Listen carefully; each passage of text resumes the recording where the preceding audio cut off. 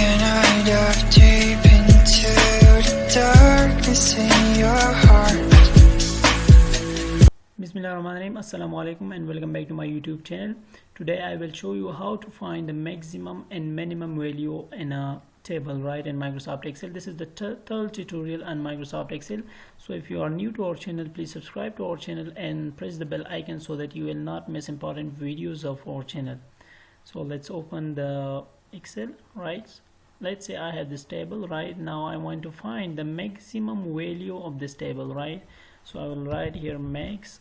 Now I want to find the maximum value in this table, right? So press equal sign, right, and write here max, right?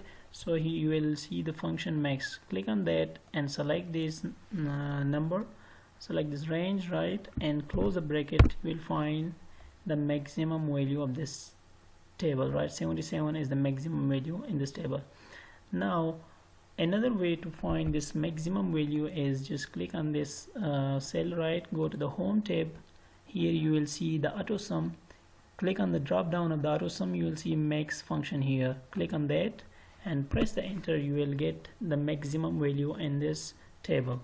Now I want to find the minimum value of this table. So how I will find the minimum value in this table? Just press the equal sign, right, and write min.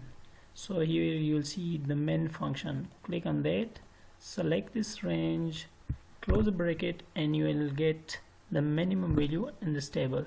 So 43 is the minimum value in this table. Now another way to find this minimum value is just go to the home tab.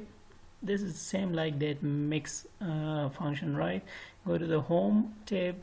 Here click on the drop down of the auto sum. Here you will see the min function. Click on that and press enter. You will get the minimum value of this table. 43 is the minimum value in this table.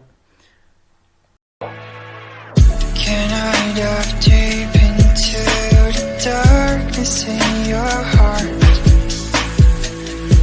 Trust you